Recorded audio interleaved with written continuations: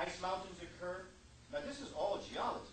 This is all in the geology books, but they don't talk about it this way. They talk about it in a very interesting way, which allows them to skirt the issue question of where were your people when this was going on. They very shrewdly have been able to develop textbooks and curriculums for children and students that avoids important questions that would the teacher would have to say certain things in the class in order to answer the question. Otherwise, it's not going to follow common sense. Just like all anyone has to do, if you want to knock them off in terms of the Middle East, is ask them, does east travel north to south? If you consider something to be east or west, would whatever is above it or below it still be east and west? Do you understand what I'm saying?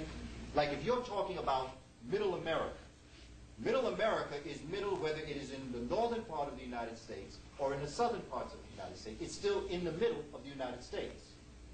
So if that is true, if a country up in this area here, like Libya, would be considered Middle East, then you've got to say South Africa is in the Middle East also. Ask your professor that. And they'll look at you as if you're crazy. And they'll say, but how can you then say that Libya is in the Middle East? So then it comes down to the fact, of course, it's a geopolitical term. They have created this. It is an illusion. But one of the things that troubles me about an illusion is that if you can get someone to make that illusion a reality, it's no longer an illusion. It's a reality.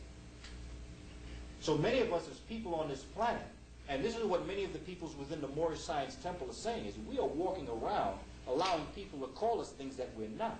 And once we step out of being called that, they will not legally be able to treat you a certain way by the nature of the way in which they set up their own law. That's why they chased that brother on Rikers Island that was developing that way of just moving out and becoming independent. They locked him off. They scared people around him so nobody would listen to what this brother was saying about their law. They have a panther by the tail. They're too weak to keep spinning it, but too afraid to let it go. So they've got a dilemma. But they made their dilemma our dilemma, because now we don't know who we are. We don't understand that the spread of Christianity to the end of this whole spread here is the movement of African peoples with this faith system in different parts, because they're being chased out by the Romans. They're leaving because of the Romans. And they're bringing this doctrine with them, because the Christian faith system is nothing more or less, when you look at its tenets, when you read the walls in ancient Kamene and you read their New Testament, Christianity is no more, no less than the Amen priesthood. In fact, my research says that the Christ that we look at as a person never existed, but that at this time in history in Egypt there was groups of priests and priestesshood that swore to the allegiance of Amen. And that's why you have words like Amen at the end of the prayers. That's why you have so many different fundamental Christian ethics are deeply embedded in the Kemetic story. You don't see it. But what they don't tell you is that the early Christians hid in the temples of Egypt to practice their Mass. And what better way to write your Mass than by writing what you see on the walls? Because what they wrote was what they saw on the walls. The Greeks got their paper from a place up in here. It was known as Phoenicia, up in this area here. That's where they got their paper. Today it's called Lebanon. In the capital of this area was a place known as Byblos. That's where the Greeks got their paper to write their holy book that they copied from the walls of Egypt. So what they did is they took the word of the capital, where they got the paper from, and that's what they called the book. So Byblos became Bible. And the first Bible was written in Greek. And there is no Greek language, so the script must be Ethiopic. But what better sense to think that, because that's where the Amen priesthood was born. Amen priesthood wasn't born in Egypt. The Amen priesthood was born in Ethiopia, such as Atanism, which gave birth to Judaism. See, Professor Clark used to teach us that when Africans get their show on the road, when Africans get their program together, they then take it on the road. So much of what they brought, even in Kemet, we're looking at the writings, hieroglyphics. We're finding out that hieroglyphics wasn't born in Egypt, that it was brought there. That we're seeing the formation of this writing almost like it appeared in this land overnight. But nothing, as we said before, can appear anything overnight. You've got to see where the thought is, and all you got to do is go down into Sudan, to a place called Kustal, and you'll see where they were writing Medu Neter, 100 to 120 years before the first dynasty of ancient Kemet. So the formation of the first dynasty is merely an astronomical observatory. That's where we moved into another house. But that had nothing to do with an actual individual. Egypt and Kemet had always been African. They'd always been doing things. It's not like it just started in 4100 BCE. They've been doing things for thousands of years. The evidence of agriculture goes back 10,800 years. Now, you know, they throw out 800 and 700. Don't mean a thing to me. I'm telling you, you can go back hundreds of thousands of years. Just by what the Kemites knew about astronomy. If you have a 26,000 year calendar, you would have to have experienced that a couple of times. You just can't write a calendar the first 26,000 years. You don't even know if those stars are going to return back. So you've got to experience it a second time, and then maybe even a third time before you even think about maybe there's a pattern here. And of course, there's evidence in Kenya of all of this astronomical observatory. But see, the key about Egypt is that the skies are so clear. When you have clear skies, astronomy comes better to you because you can see things better. So that's why Kemet was the place. It's just like if all of us in this room were studying something, but we all knew that in Brooklyn you wouldn't get a good sight of it, so we all had to find a way to get to Staten Island. Let's say we all got to Staten Island, then we had a better view of things. We're still all the same African people. We just moved to another location to get a better sight of what we were looking at. And that's what Africans did along the Happy River.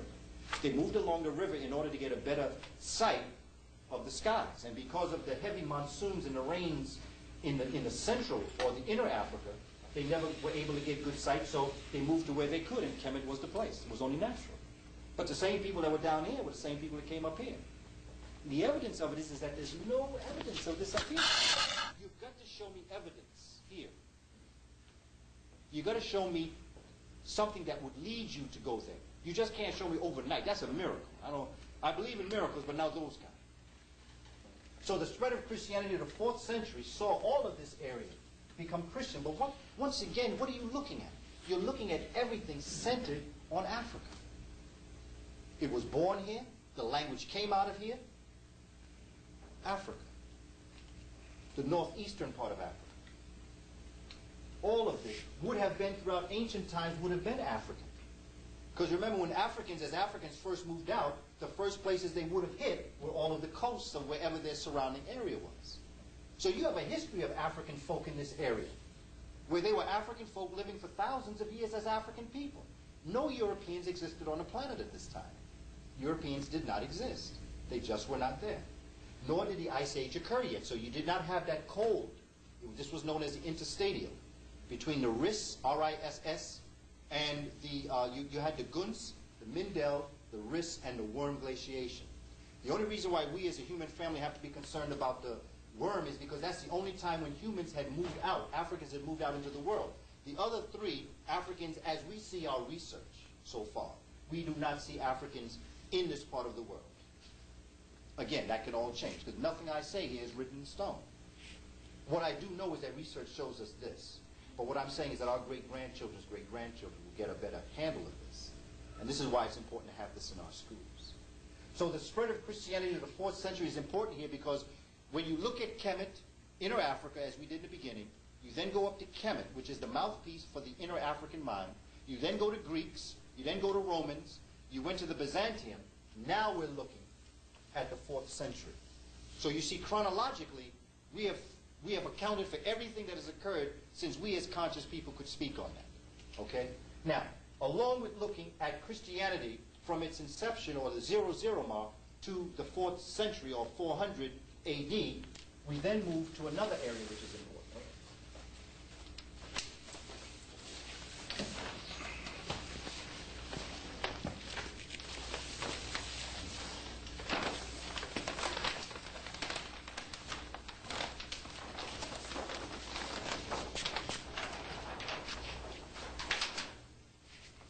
So this area this is the migrations of people in the 5th century. Because you see, what's happening now is that there are more people coming from this part of the world. See, this is what's happening now. You have the northern people, the Germanic tribes coming down, and this movement is what's going to destroy the so-called Holy Roman Empire. That's what's going to crush it. When they talked about the Roman Empire falling, this is the point that it's falling. During the 5th